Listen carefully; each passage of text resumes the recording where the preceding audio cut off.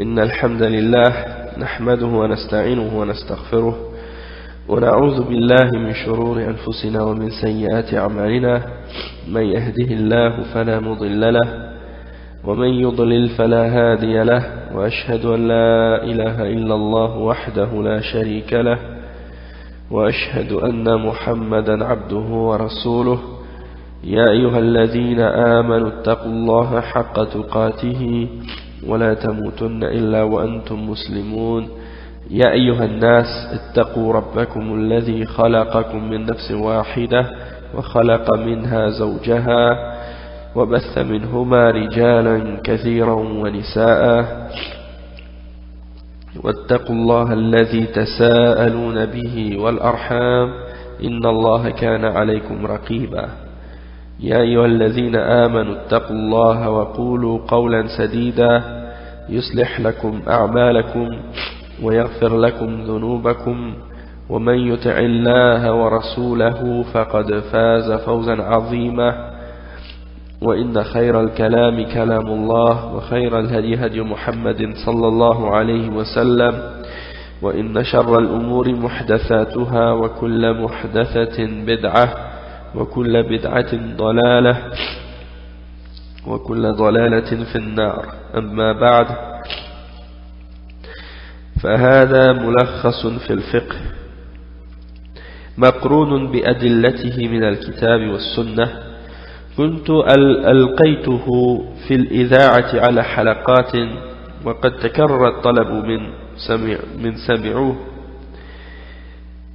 وألحوا على طباعته ليبقى الانتفاع به إن شاء الله، وكنت أنوى ذلك حال إعداده، لكن نزولا عند رغبة الكثير عدت النظر فيه ورتبته وقدمته للاتباع، وهو بين يديك أيها القارئ الكريم. فما وجدت فيه من صواب وفائدة فالفضل فيه راجع إلى الله وحده، وما وجدت فيه من خطأ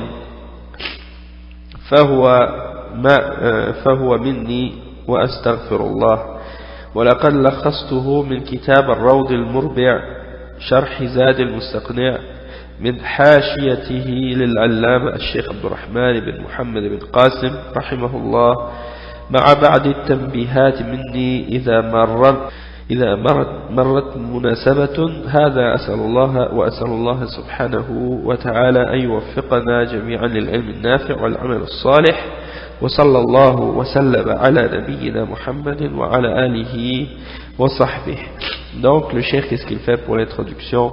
Il explique que ça c'est un résumé de fiqh qui est accompagné de ses preuves du Coran et de la Sunna, et il a donné ces cours-là dans des halaqat qu'il donnait à la radio, et les gens les auditeurs ont exprimé leur envie de voir que ce livre soit imprimé, qu'il soit publié.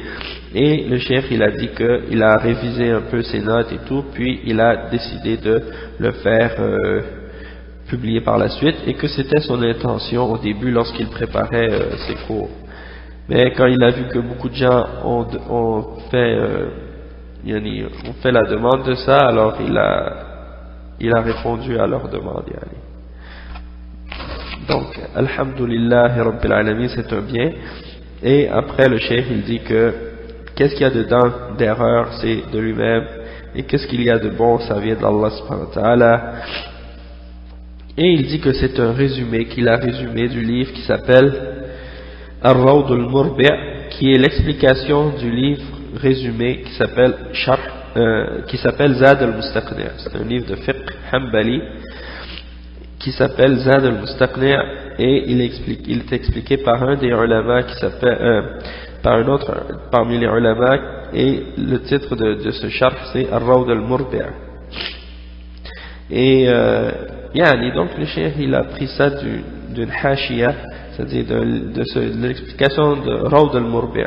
Il y a le cheikh Abdurrahman ibn Qasim al-Najdi qui a mis des commentaires à ce sharh, et lui il s'est basé sur ça pour faire un résumé.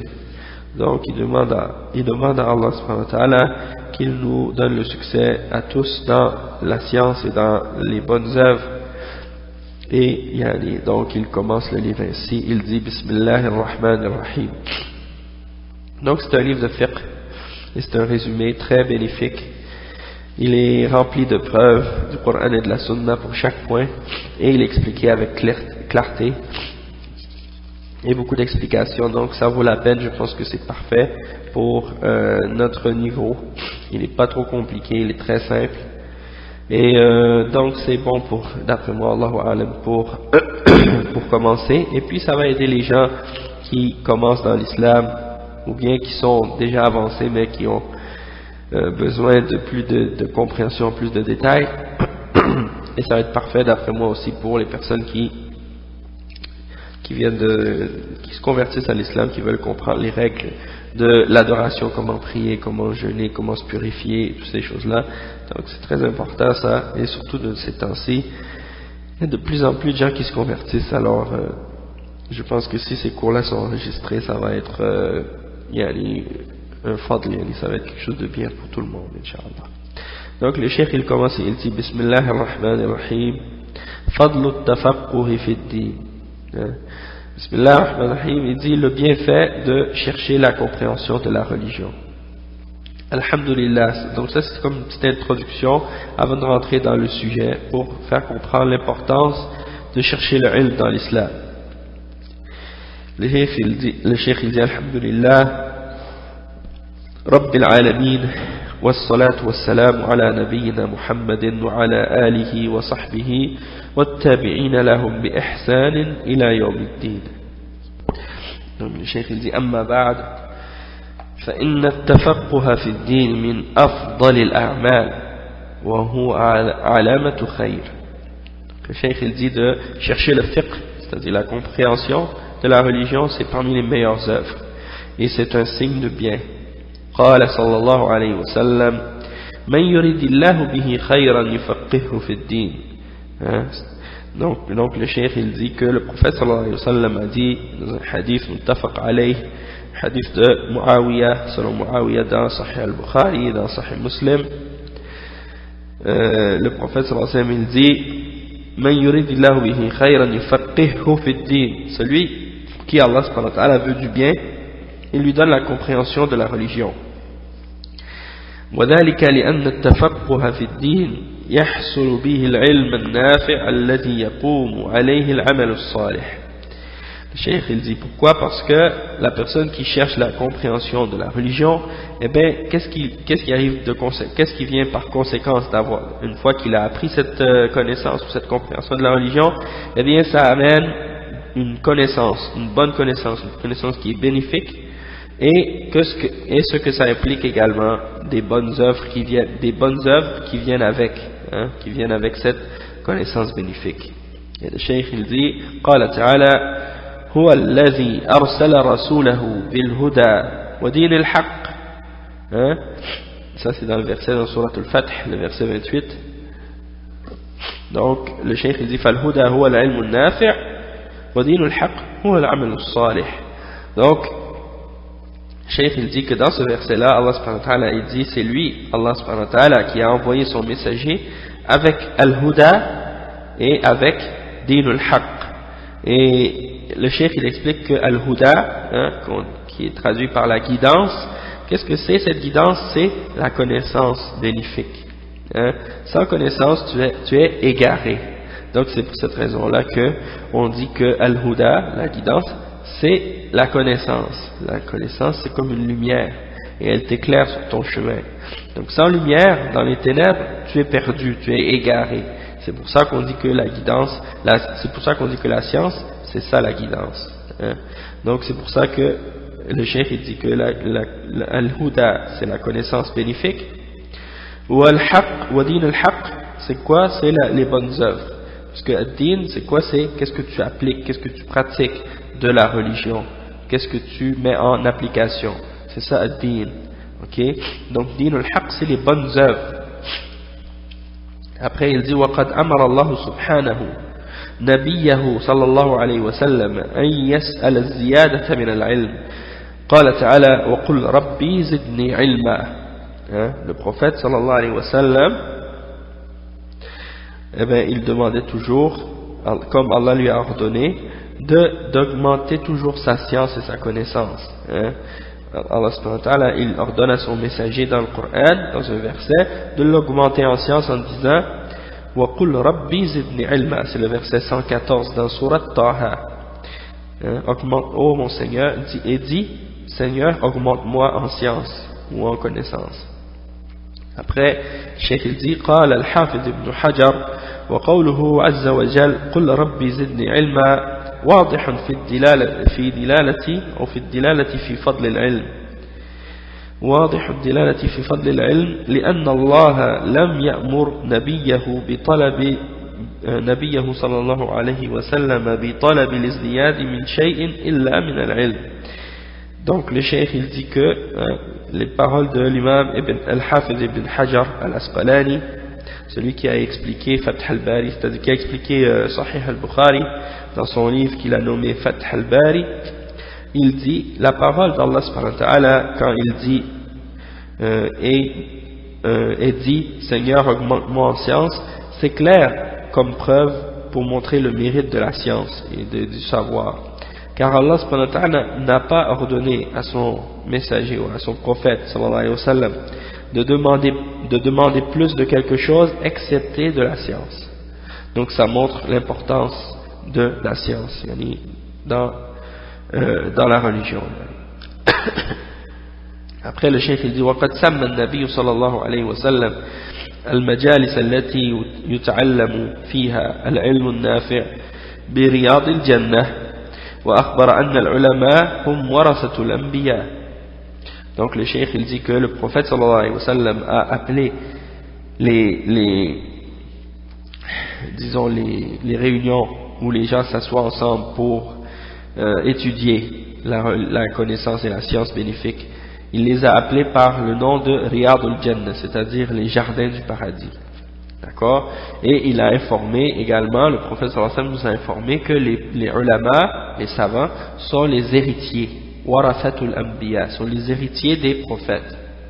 Parce que les prophètes, ils ne laissent pas de bien lorsqu'ils meurent, mais ils laissent la connaissance. Donc les savants, ce sont eux qui héritent du prophète Muhammad sallallahu alayhi wa sallam. Ils ne laissent pas de l'argent, mais ils laissent du ilm. Ensuite le cheikh il dit ولا شك أن الإنسان قبل أن يقدم على أداء عمل ما لابد أن يعرف الطريقة التي يؤدي بها ذلك العمل على وجهه الصحيح حتى يكون هذا العمل صحيحا ومؤديا لنتيجته التي ترجى من ورائه. فكيف يقدم الإنسان على عبادة ربه التي تتوقف عليها نجاته من النار ودخوله الجنة؟ كيف يقدم على ذلك بدون علم؟ Cheikh il dit, il pose une question importante.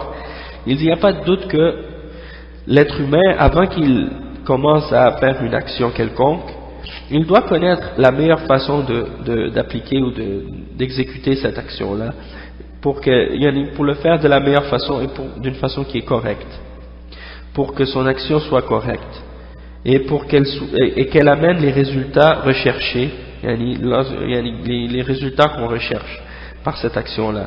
Donc le cheikh il dit comment quelqu'un pourrait commencer à faire quelque chose, c'est-à-dire commencer à adorer son Seigneur, et on sait que l'adoration dans l'islam, que c'est là-dessus que se tient ou que c'est là-dessus que se base le fait si quelqu'un sera sauvé de l'enfer et qu'il entrera au paradis ou le contraire. Donc c'est important avant de rentrer dans une ibada quelconque et d'essayer d'adorer notre Seigneur, de comprendre comment. Et le cheikh il dit comment quelqu'un pourrait faire ça excepté sans avoir de science. Donc il faut connaître la façon d'adorer Allah subhanahu wa ta'ala. Et d'adorer Allah subhanahu wa ta'ala sans science, c'est impossible. Donc le cheikh il dit وَمِنْ ثَمَّ افترق الناس بالنسبة للعلم والعمل ثلاث فرق. Il dit à partir de ce point, les gens se sont divisés en trois catégories, ou trois catégories de personnes par rapport à la connaissance et à l'action. La première catégorie, al-fariq al-awwal, الذين جمعوا بين العلم النافع والعمل الصالح وهؤلاء قد هداهم الله الصراط المنعم عليهم من النبيين والصديقين والشهداء والصالحين وحسن أولئك رفيقا. Donc le cheikh dit que le premier groupe, c'est ceux qui ont réuni entre la bonne connaissance qui est bénéfique et les bonnes œuvres, l'action qui est salih, qui est acceptée d'Allah subhanahu wa ta'ala. Et ceux-là, c'est ceux que Allah subhanahu wa ta'ala a guidés sur le chemin de ceux qui ont mérité sa grâce parmi les prophètes, les siddiqin, les véridiques, les shuhada, les témoins et les salihin, les martyrs, les témoins et les gens qui sont vertueux, et ceux-là sont ceux qu'on doit prendre comme des bons compagnons. Après, il mentionne le deuxième groupe, il dit Al-Fariq al-Thani, alladhina ta'allamu al-ilma an-nafi'a wa lam ya'malu bihi wa ha'ula'i humul maghdubi alayhim min al-yahudi wa man naha nahwahum. Le deuxième groupe, c'est ceux qui ont appris la connaissance bénéfique mais qui n'ont pas appliqué cette connaissance. Et ceux-là sont ceux qui ont encouru la colère d'Allah subhanahu wa ta'ala parmi les juifs et ceux qui ont suivi leur voie, ou qui ont suivi leur direction, c'est-à-dire qui n'ont pas appliqué la connaissance qu'ils avaient. Et al-fariq al-thalith, alladhina ya'maluna bila ilm, alladhina ya'maluna bila ilm, wa ha'ula'i hum ahlud dalal min an-nasara wa man naha nahwahum. Donc le cheikh dit cela, le troisième groupe, c'est ceux qui ont agi, qui ont fait des œuvres, mais sans connaissance, sans avoir de connaissance correcte pour savoir comment l'appliquer ou comment le faire, et ceux-là sont parmi les gens de l'égarement, c'est-à-dire les égarés, ce sont ceux qui sont parmi les chrétiens et ceux qui ont suivi leur voie. Le cheikh dit ويشمل هذه الفرق الثلاث قوله تعالى في سورة الفاتحة التي نقرأها في كل ركعة من صلواتنا اهدنا الصراط المستقيم صراط الذين أنعمت عليهم غير المغضوب عليهم ولا الضالين. Donc le cheikh il dit que ces trois groupes sont compris dans la description qu'Allah subhanahu wa ta'ala nous en donne lorsqu'on lit dans Surat al-Fatiha, dans chaque rak'a de notre prière. On dit oh Allah, on dit ihdina as-sirat al-mustaqim, guide-nous sur le chemin droit, le chemin de ceux qui ont mérité ta grâce, ceux sur qui tu as mis ta grâce, et non pas le chemin de ceux qui ont encouru ta colère, ceux contre qui tu es en colère, ni ceux qui se sont égarés.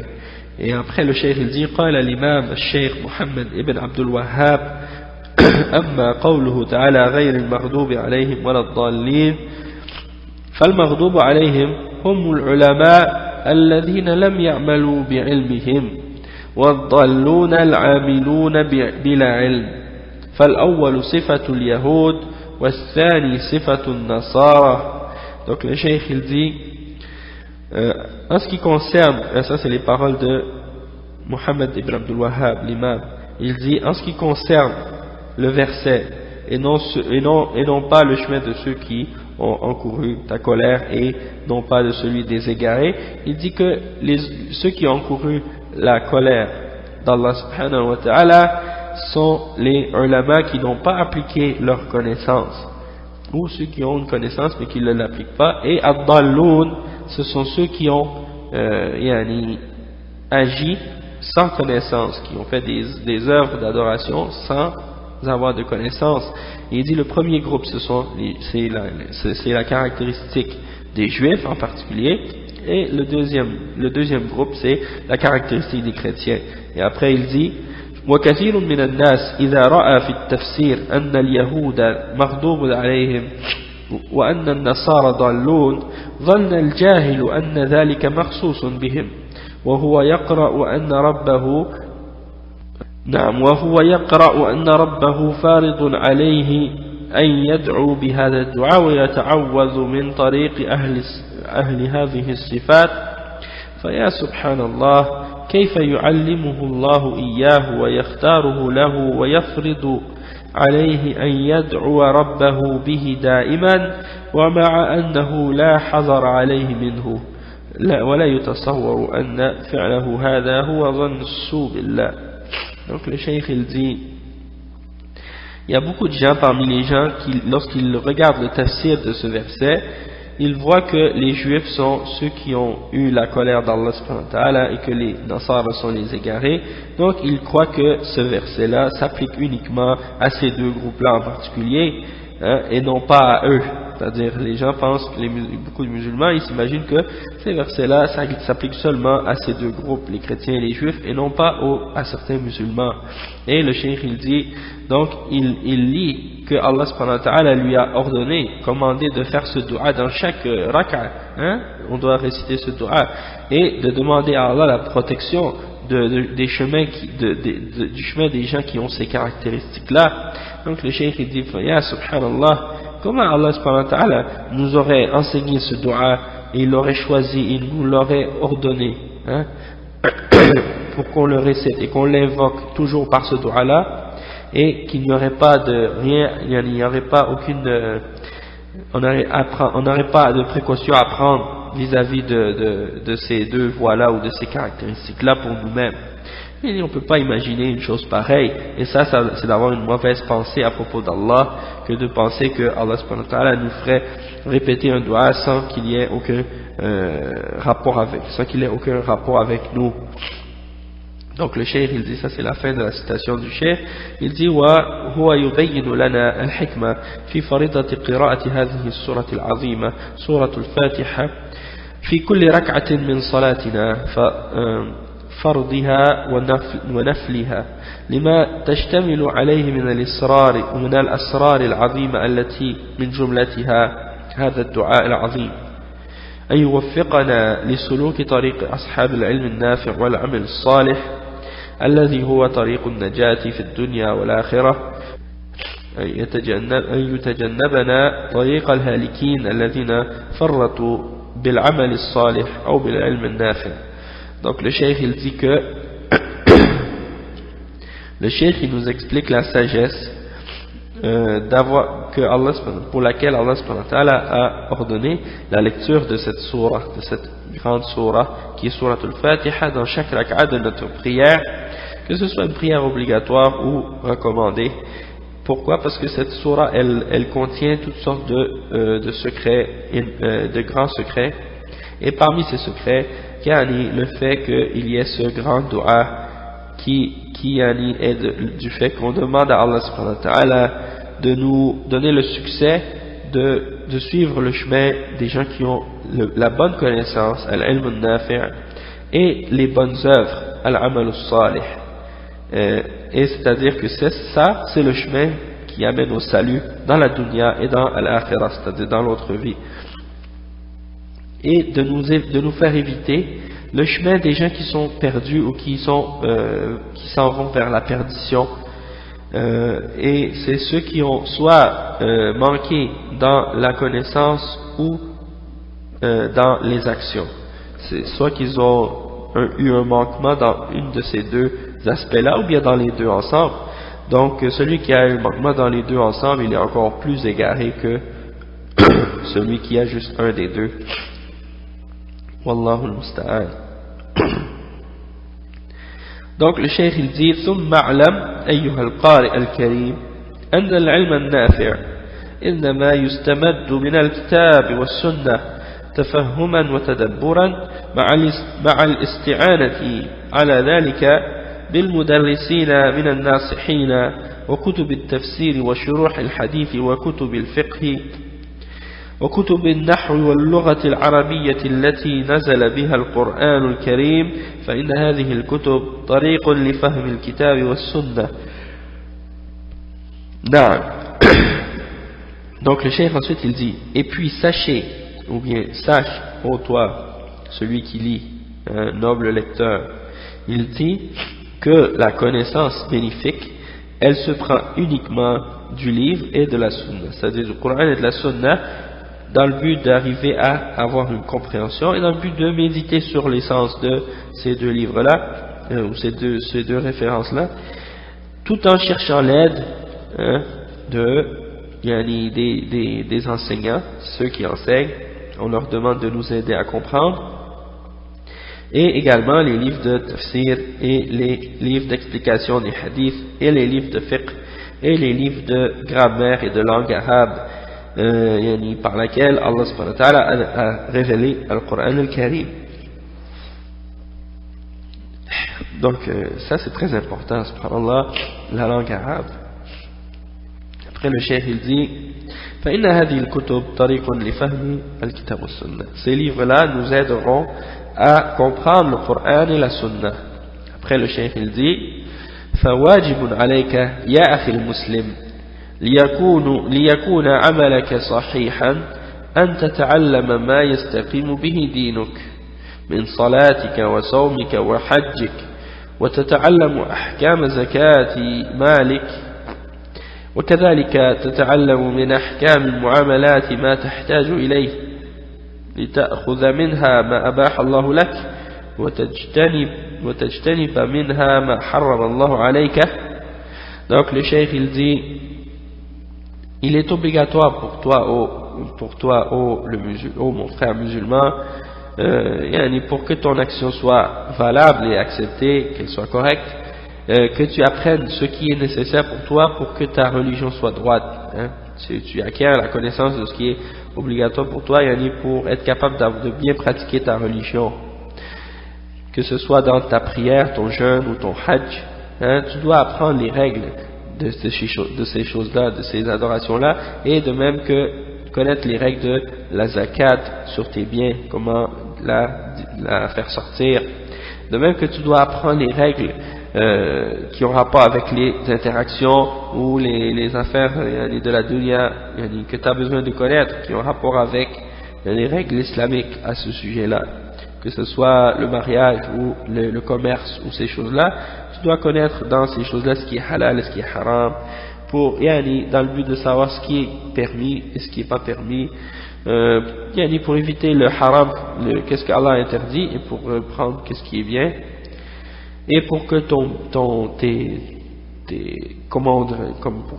qu'est-ce que tu gagnes de salaire ou qu'est-ce que tu reçois d'argent pour le travail que tu fais, pour qu'il soit halal et pour que ta nourriture soit halal.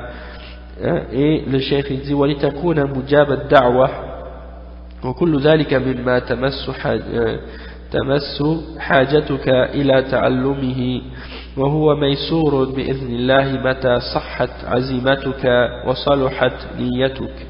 Le cheikh il dit c'est important d'avoir toutes ces choses-là qui sont halal et d'éviter le haram dans le but que ton droit soit exaucé. On sait que la personne qui mange du haram et qui s'habille avec le haram et qui vit dans le haram, cette personne c'est très difficile, c'est-à-dire c'est très difficile pour elle parce qu'elle risque de ne pas avoir ses doigts exaucés, comme le hadith de la personne qui est dans le désert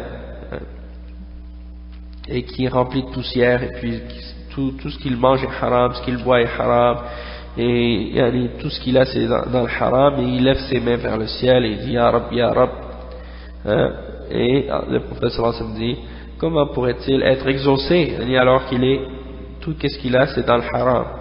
Donc le cheikh il dit que tu as besoin donc de connaître les choses de ta religion qui vont t'aider à être capable de rester dans les règles de l'islam. Et le cheikh il dit que ça c'est facile avec la permission d'Allah, c'est-à-dire c'est facile d'acquérir cette connaissance avec la permission d'Allah lorsque tu as une détermination et que tu es vraiment sincère dans tes intentions. Le cheikh dit فاحرص على قراءة الكتب النافعة واتصل بالعلماء لتسألهم عما أشكل عليك وتتلقى عنهم أحكام دينك.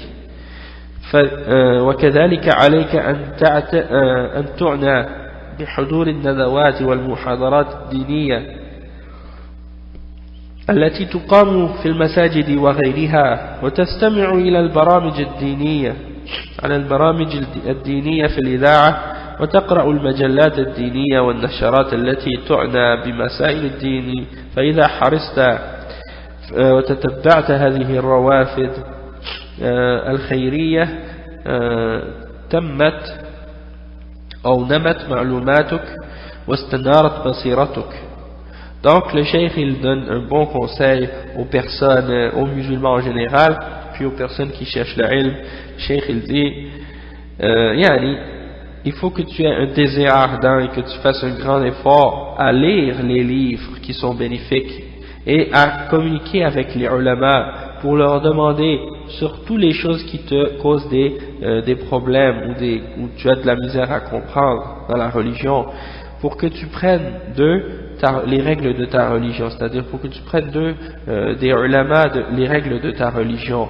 Et de même que yani, tu dois essayer de faire un effort pour assister aux conférences et aux conventions qui sont organisées, et les conférences religieuses, et également d'assister aux cours qui sont donnés dans les mosquées, des cours sur la religion. Et tu dois également faire un effort pour écouter les programmes religieux à la radio et de lire les magazines qui parlent de religion et tout ce qui est publié dans les choses de la religion. Et le cheikh il dit que si tu es vraiment sincère et que tu fais beaucoup d'efforts à suivre toutes ces portes ou toutes ces choses qui t'amènent vers le bien, eh bien ta connaissance va augmenter et tu vas être éclairé, tu vas être illuminé dans ta compréhension et dans ta connaissance de la religion. Cheikh il dit ولا تنسى يا أخي أن العلم ينمو ويزكو مع العمل، فإذا عملت بما علمت زادك الله علما، كما تقول الحكمة المأثورة من عمل بما علم أورثه الله علم ما لم يعلم، ويشهد لذلك قوله تعالى واتقوا الله ويعلمكم الله والله بكل شيء عليم. Donc le cheikh il dit n'oublie pas, ô mon frère, que cette science elle augmente et elle se purifie grâce à l'action, lorsque tu l'appliques.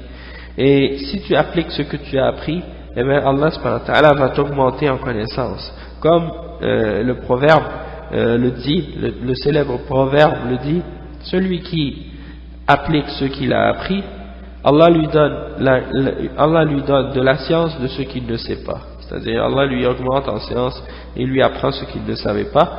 Et il dit, et il y a dans un verset dans le Coran un témoin de ça, c'est-à-dire quelque chose qui confirme ce poème, et c'est une ayah ou ce proverbe, et c'est une ayah dans Surat al-Baqarah, le verset 282 qui dit et craignez Allah, wattaqullah, et il vous donnera la connaissance ou il vous enseignera, et Allah vous donnera la connaissance ou vous enseignera. Donc craignez Allah wa yu'allimukumullah, craignez Allah et il vous enseignera, et Allah a connaissance de toutes choses, ou est connaissant de toutes choses. والعلم أحق ما تصرف فيه الأوقات ويتنافس في نيله ذو العقول، فبه تحيا القلوب وتزكو الأعمال، ولقد أثنى الله جل ذكره وتقدست أسماؤه على العلماء العاملين ورفع من شأنهم في كتابه المبين. وقال تعالى هل يستوي الذين يعلمون والذين لا يعلمون إنما يتذكر أولو الألباب.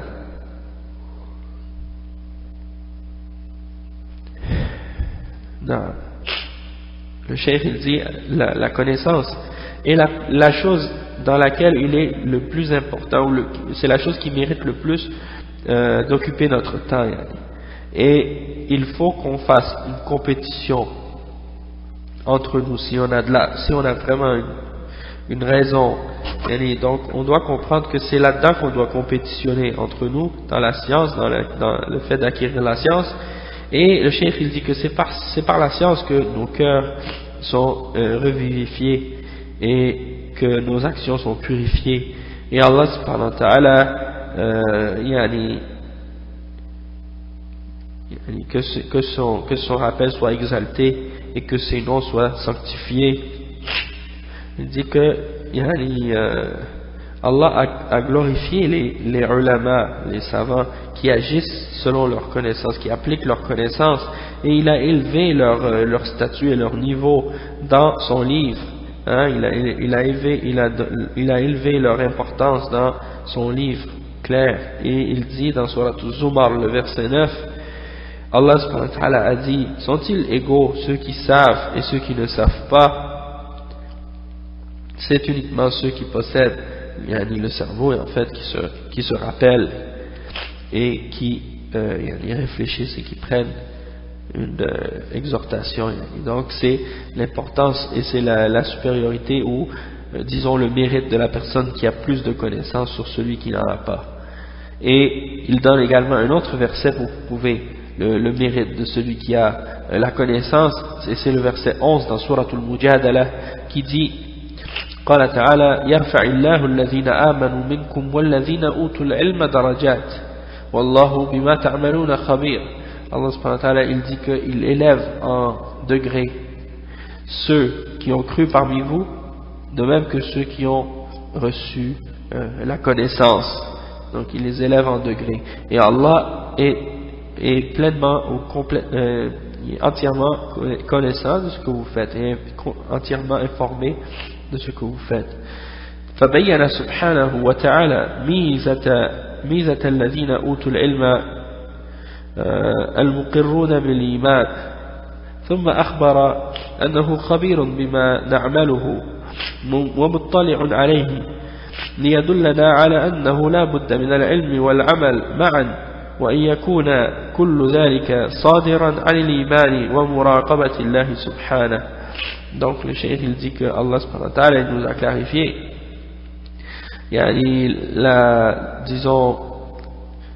la particularité des gens qui ont connu la science et qui l'ont accompagné de foi et bien entendu d'action.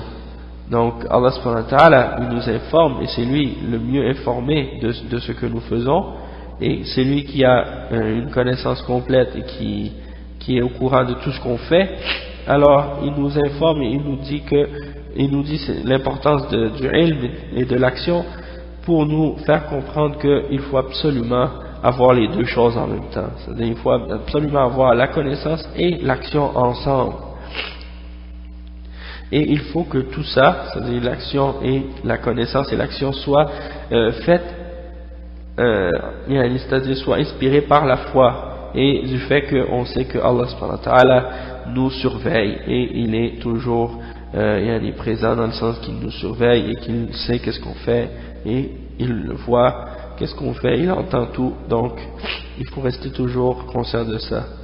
ونحن عملا بواجب التعاون على البر والتقوى سنقدم لك بحول الله من خلال هذا الكتاب بعض المعلومات من الرصيد الفقهي الذي استنبطه لنا علماؤنا ودونوه في كتبهم، وسنقدم لك ما تيسر من ذلك ولعله يكون دافعا لك على الاستفادة والاستزادة من العلم النافع.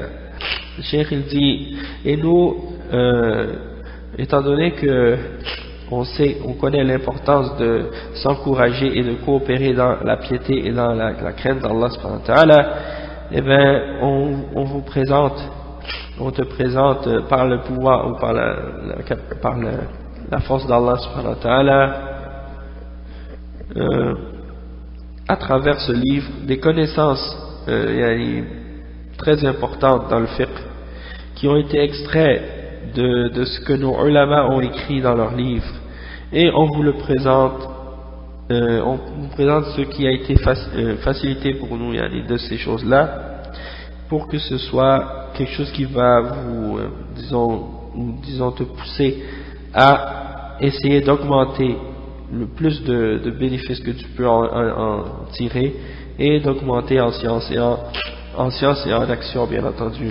Et le cheikh dit, et on demande à Allah subhanahu wa ta'ala qu'il nous ونسأل الله أن يمدنا وإياك بالعلم النافع ويوفقنا للعمل الصالح، ونسأله سبحانه أن يرينا الحق حقا ويرزقنا اتباعه، ويرينا الباطل باطلا ويرزقنا اجتنابه إنه سميع مجيب. Et on demande à Allah subhanahu wa ta'ala qu'il nous donne la connaissance bénéfique et qu'il nous donne le succès d'avoir la bonne action qui va avec, et on lui demande de nous montrer la vérité comme telle et de nous permettre de la suivre, et de nous montrer la fausseté comme telle et de nous permettre de nous en écarter. Et c'est lui qui est l'audient et c'est lui qui répond à l'invocation de ses serviteurs. Donc le premier chapitre dans ce livre de Al-Mulakhas al-Fiqhi, c'est Kitab al-Tahara. D'accord?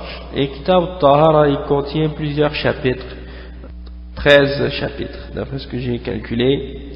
Le premier chapitre, c'est Babun fi ahkam al-Taharati wal-Miyah. Le premier chapitre, c'est au sujet des règles qui ont rapport avec la pureté et l'eau, les eaux.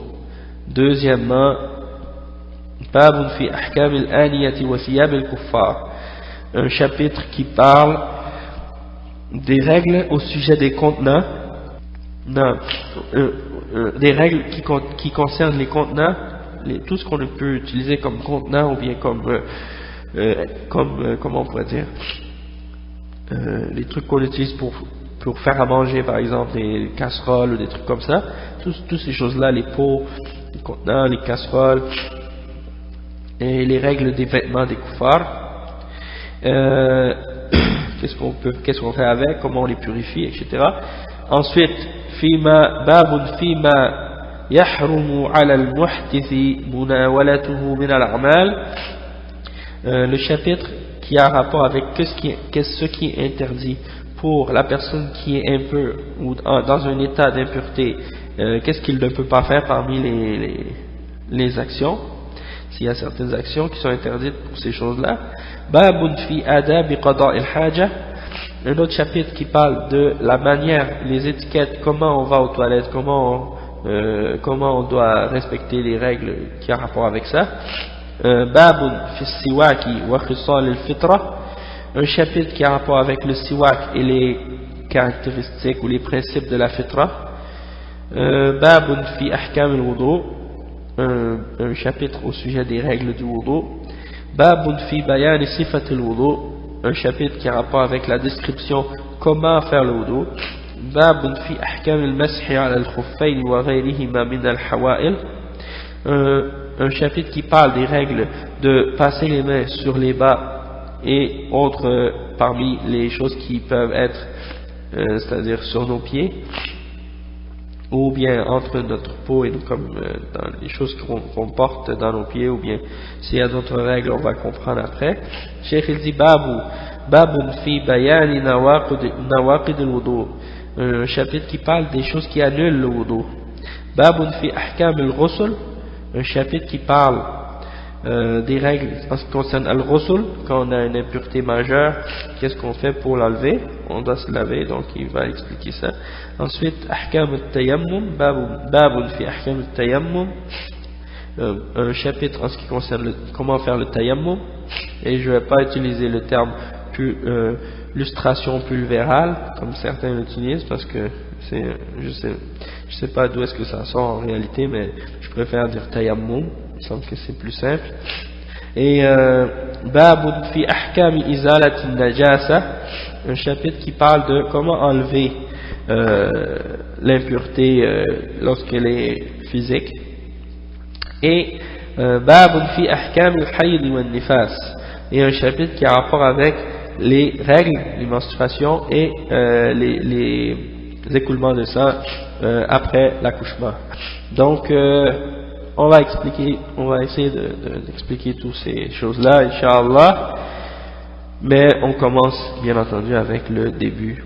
Et le cheikh il dit babun fi ahkam al-taharati wal miyah, chapitre en ce qui concerne la pureté et les eaux. En fait, je sais pas là. Déjà, on a presque une heure. On va juste faire l'intro de ce sujet-là. Puis, on va s'arrêter après. On commencera, on continuera la semaine prochaine après. Parce que, en fait, c'est pas vraiment des. En fait, c'est très simple. Vous allez voir, Inch'Allah, c'est bien, c'est vraiment bien, Masha'Allah. Cheikh il dit. Donc, Babun fi ahkam al-taharati wal-miyah, le chapitre qui a rapport avec les règles de la pureté et des eaux.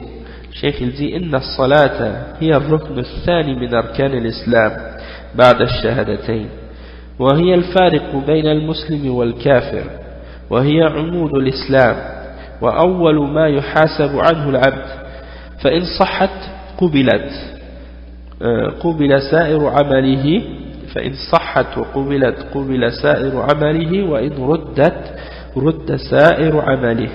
Cheikh il dit il commence par nous expliquer l'importance de la salat, et c'est le deuxième pilier de l'islam après le shahadatayn. Il dit que c'est la distinction entre le musulman et le mécréant, et c'est le pilier de la religion de l'islam. Et il dit que la première chose pour laquelle le serviteur sera jugé, c'est à propos de sa prière. Si elle est correcte, eh ben, elle va être acceptée, et le reste de ses actions également seront acceptées. Mais si elle est rejetée, eh ben, le reste de ses actions seront rejetées également. Donc ça nous montre l'importance de la prière. Et le cheikh dit وَقَدْ ذُكِرَتِ الصَّلَاةِ في مواطن كثيرة من القرآن الكريم على صفات متنوعة فتارة يأمر الله بإقامتها وتارة يبين مزيتها وتارة يبين ثوابها وتارة يقرنها مع الصبر ويأمر بالاستعانة بهما على الشدائد. Donc le cheikh il dit Allah subhanahu wa ta'ala il a mentionné la salat dans plusieurs points dans le Coran al-Karim, dans plusieurs endroits dans le Coran al-Karim, de différentes manières. Parfois il mentionne ou il ordonne de l'établir, il commande de l'établir. Parfois il explique ses caractéristiques ou ses particularités, qu'est-ce qu'elle a de supérieur aux autres ou d'importance par rapport aux autres. Parfois il explique sa récompense, parfois il l'associe avec une autre forme d'adoration, comme par exemple avec la patience, et il commande de demander l'aide et le support en la patience, et c'est-à-dire de faire preuve d'endurance et de demander l'aide d'Allah subhanahu wa ta'ala, ou de rechercher l'aide dans le fait d'établir la salat lorsqu'il y a des difficultés. Après il dit ومن ثم كانت قرة عين الرسول صلى الله عليه وسلم في هذه الدنيا فهي حلية النبيين وشعار الصالحين وهي صلة العبد بين رب العالمين وهي تنهى عن الفحشاء والمنكر. Donc le cheikh il dit que la salat c'était la perle des yeux du prophète sallallahu alayhi wa sallam, comme il a dit, et c'est-à-dire dans les choses de cette dunya, il a dit qu'il aimait les femmes et le parfum, et il a dit que la perle de ses yeux c'était la salat. Donc ça veut dire que ça c'était une des plus belles choses pour lui, une des plus importantes parmi les choses, et c'est disons, comment on pourrait dire, hilya, c'est comme une sorte de parure des prophètes, et c'est le signe distinctif des gens pieux, et c'est la relation ou le contact, ou disons la connexion entre le serviteur et entre le Seigneur des mondes. C'est le lien qui existe entre nous et notre Créateur, et elle nous éloigne et nous interdit de commettre des turpitudes et toutes sortes de péchés, et nous éloigne de ces choses-là. Donc le cheikh il dit لما كانت هذه الصلاة لا تصح إلا بالطهارة بطهارة المصلي من الحدث والنجس حسب القدرة على ذلك، وكانت مادة التطهر هي الماء أو ما يقوم مقامه من التيمم عند عدم الماء، صار الفقهاء رحمهم الله يبدأون بكتاب الطهارة، لأنها لما قدمت الصلاة بعد الشهادتين على غيرهما أو على غيرها من بقية أركان الإسلام ناسب تقديم مقدماتها، ومنها الطهارة فهي مفتاح الصلاة. Donc le cheikh il dit, il explique maintenant pourquoi il dit pourquoi on parle de tahara avant la salat, puisqu'on sait l'importance de la salat. Pourquoi on parle de tahara, de pureté avant la salat? Il dit étant donné que la salat elle ne peut pas être faite sans la purification, sans la pureté de la personne qui va prier, c'est-à-dire il doit enlever toute impureté. Et al-hadath, c'est une description d'une impureté abstraite dans une personne, c'est-à-dire on ne peut pas la voir, on ne peut pas la toucher, hein. C'est une description abstraite qui est dans une personne, c'est-à-dire c'est l'état de ne pas être pur. C'est pas quelque chose qu'on peut voir physiquement ou qu'on peut toucher ou voir. C'est-à-dire si quelqu'un est en état de pureté et une autre est en état d'impureté, juste en les regardant les deux, on n'est pas capable de distinguer lequel est pur, lequel est impur, sauf si la personne nous le dit. C'est pour ça qu'on dit que c'est une description abstraite, le fait d'être en état de hadath. Et an-najas, c'est l'impureté, l'état d'impureté également. Hasab al-qudrati ala dhalik. Donc, bien entendu, tout ça c'est relié à la capacité, c'est-à-dire il faut que la personne soit capable de s'enlever cette impureté-là. Et le cheikh il dit وكانت مادة التطهر هي الماء وما يقوم مقامه من التيمم عند عدم الماء. C'est-à-dire la matière qu'on utilise ou la chose qu'on utilise pour se purifier, c'est quoi? C'est l'eau ou tout ce qui peut prendre sa place, comme par exemple le tayammum lorsqu'il n'y a pas d'eau. Donc le cheikh il dit que les fuqaha, les ulama de fiqh, rahimahumullah, qu'Allah leur fasse miséricorde, ils commencent donc leur livre par l'explication de la pureté. Pourquoi? Parce que c'est la clé de la prière, c'est la clé pour faire la salat, qui est le deuxième pilier. Donc le cheikh dit لأنها لما قدمت الصلاة بعد الشهادتين, étant donné que après les shahadatain, on commence toujours par la salat, par l'explication de la salat, avant de commencer à parler des autres piliers, on commence toujours par la salat, après les shahadatain, après les deux témoignages de la ilaha illallah Muhammad Rasulullah. Donc c'est important de mentionner tout ce qui vient avant et qui est nécessaire ou qui est obligatoire ou qui est une condition pour pouvoir appliquer cette salat. Et parmi ces conditions là, il y a le fait qu'on doit être dans un état de pureté, parce que la pureté c'est la clé pour la salat. Kama fil hadith miftah as-salat tahur, c'est un hadith qui est rapporté selon Ali par l'imam Ahmad, Abu Daoud, At-Tirmidhi, Ibn Majah, et il est également rapporté selon Jabir et Abi Sa'id al-Khudri. Donc c'est un hadith qui dit que la clé de la salat c'est la purification. وذلك أن الحدث يمنع الصلاة فهو القفل يوضع على المحدث فإذا توضأ انحل القفل.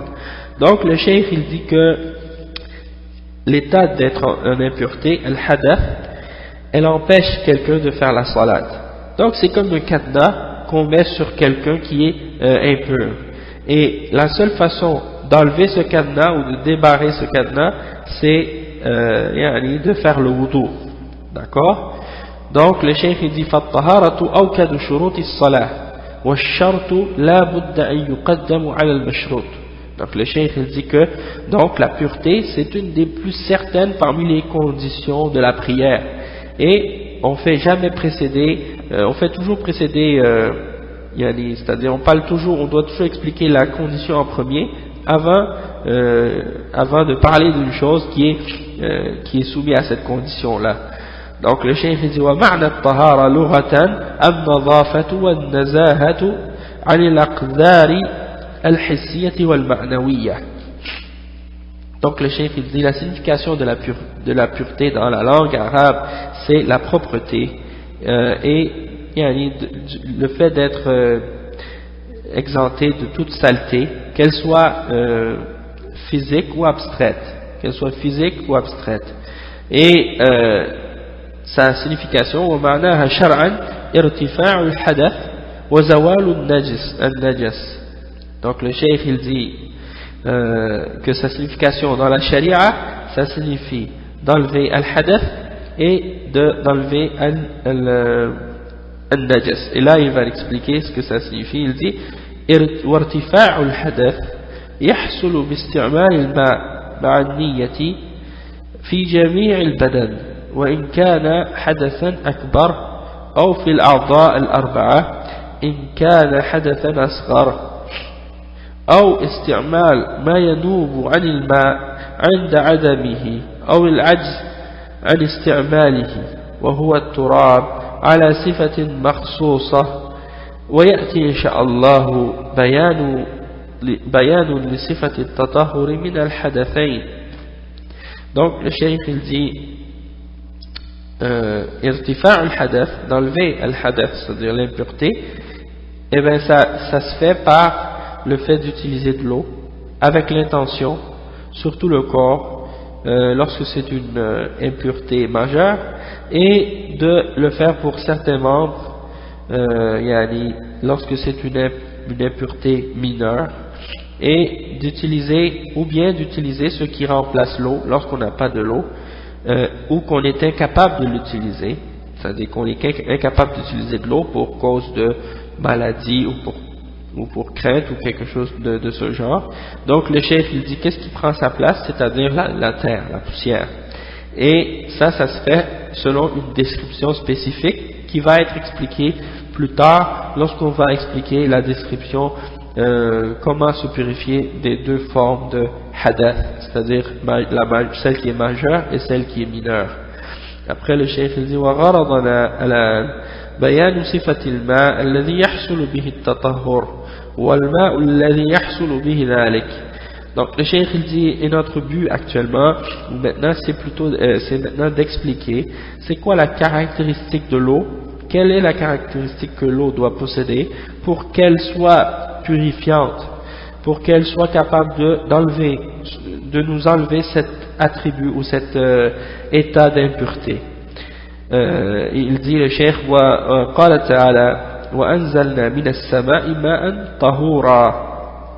Allah subhanahu wa ta'ala il dit dans Surah Al-Furqan le verset 48, et nous avons fait descendre du ciel une eau purifiante, et il dit dans un autre verset وقال تعالى وينزل عليكم من السماء ماء ليطهركم به.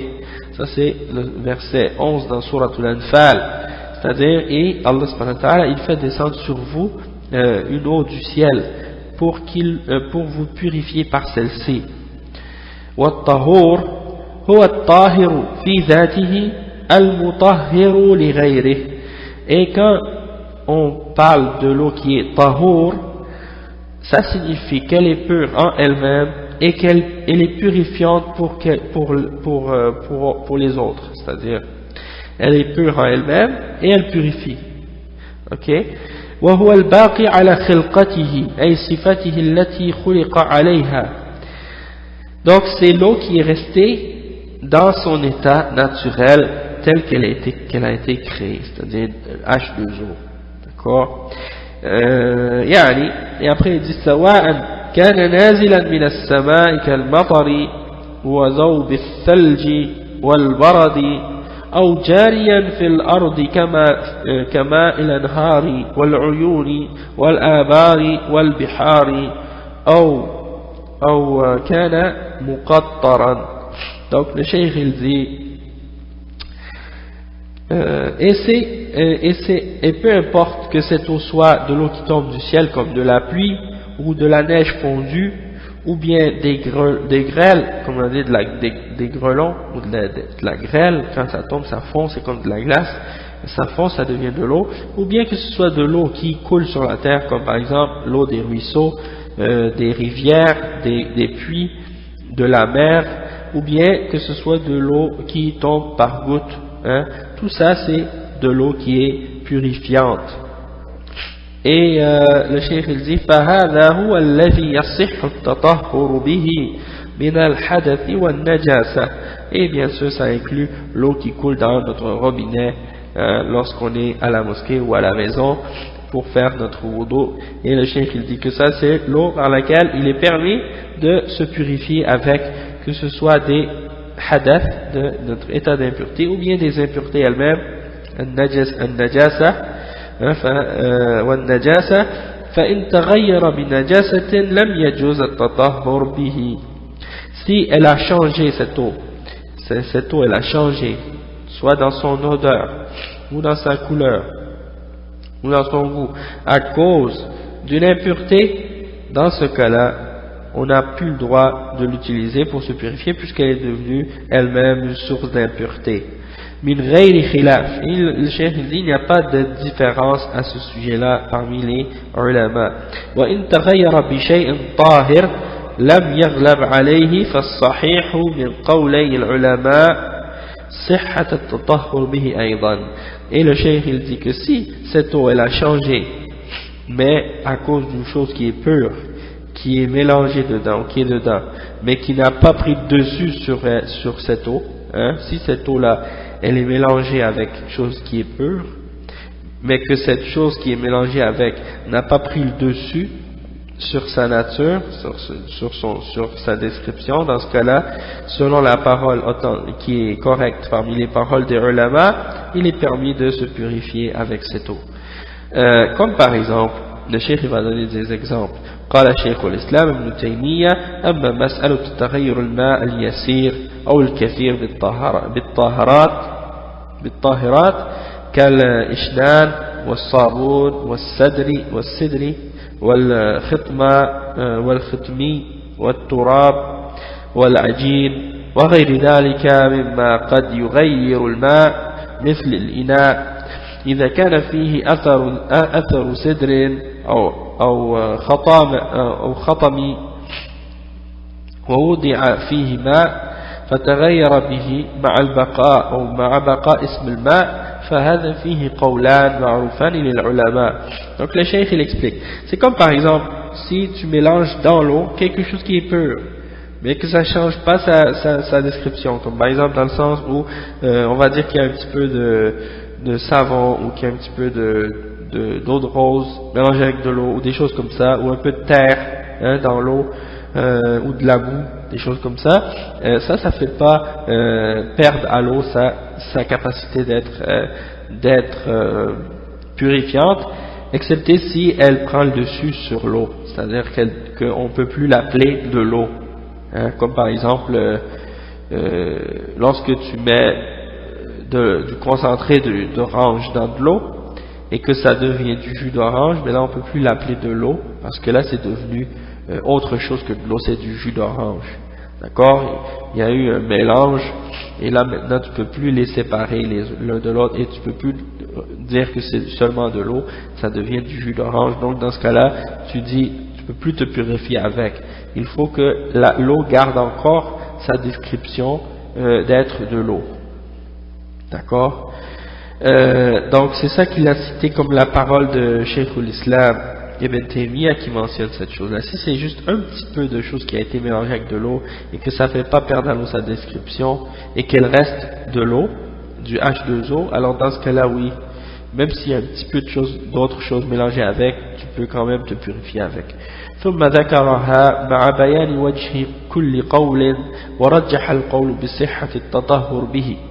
Ensuite, le cheikh il dit qu'il y a deux positions parmi les positions des ulama à ce sujet-là, mais il a mentionné chacune des positions, c'est-à-dire Ibn Taymiyyah a mentionné chacune des positions avec leur point de vue sur quoi ils se basent pour défendre leur point de vue, puis il a défendu par la suite une de ces positions-là en expliquant que la position qui était correcte, c'était celle qui permet de se purifier avec cette eau, et il mentionne les preuves de ça. Il dit قال هو الصواب, il dit, et c'est ça, cette position-là qui dit qu'on peut se purifier avec cette eau qui est mélangée avec une petite quantité de choses qui est pure dedans.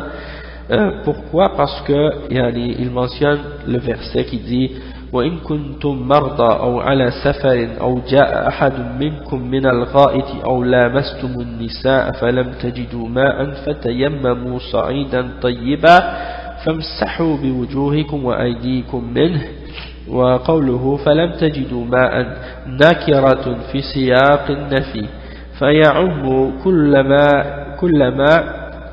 ما هو ماء لا فرق في ذلك بين نوع ونوع. انتهى. Donc le cheikh il mentionne un verset dans Surah Al-Fatiha qui dit, dans Surah Al-Ma'idah, pardon, le verset 6, qui dit, et si vous êtes malade ou voyageur, ou que un d'entre vous, vous êtes allé faire vos besoins, que vous avez eu des rapports avec une femme, des rapports sexuels avec une femme, et que vous ne trouvez pas d'eau, alors vous faites le tayammum, hein. Et le shahid, le point qu'il mentionne dans ce verset-là, c'est-à-dire que et vous ne trouvez pas d'eau. Falam tajidu ma'an. Donc, vous ne trouvez pas d'eau, alors vous faites le tayammum avec de la terre et vous frottez vos mains et vos visages, vous frottez vos visages et vos mains avec. Après, le cheikh il dit donc, le fait que Allah subhanahu wa ta'ala a dit vous ne trouvez pas d'eau, ça c'est une chose qui est indéfinie et qui est une négation indéfinie. Donc dans ce sens-là, ça implique toutes les formes d'eau, sans faire une exception parmi les différentes sortes d'eau, d'une par-dessus l'autre. C'est-à-dire on ne peut pas distinguer entre les différentes sortes d'eau. Et le cheikh dit فإذا عدم الماء وعجز عن استعماله مع وجوده فإن الله قد جعل بدله التراب على صفة لاستعماله بينها النبي صلى الله عليه وسلم في سنته وسيأتي توضيح ذلك إن شاء الله.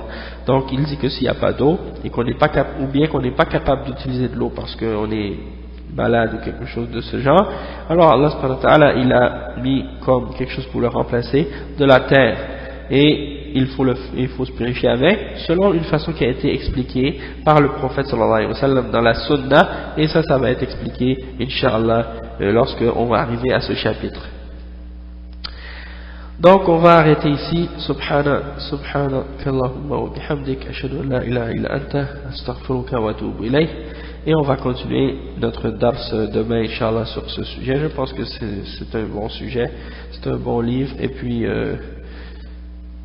bon, si vous avez des commentaires ou des suggestions à me faire, vous avez l'adresse du groupe CAIM dans la barre en haut, et vous pouvez vous inscrire dans ce site et puis m'envoyer vos commentaires par email. Donc ça me ferait plaisir de savoir si vous êtes d'accord avec ce sujet-là ou ce livre-là, ou bien si vous avez des sujets que vous aimeriez qu'on étudie ensemble. Donc ça me ferait plaisir d'avoir vos commentaires et vos suggestions à ce sujet-là. Comme ça on pourrait mieux savoir, mieux comprendre quelle question on doit cibler et quel sujet on doit attaquer ensemble, Inch'Allah. Donc on va s'arrêter ici. Je sais que bientôt pour vous ça va être la prière, donc pour ceux qui sont en France, assalamu alaikum wa rahmatullahi wa barakatuh, et puis à la semaine prochaine, bi'idhnillah.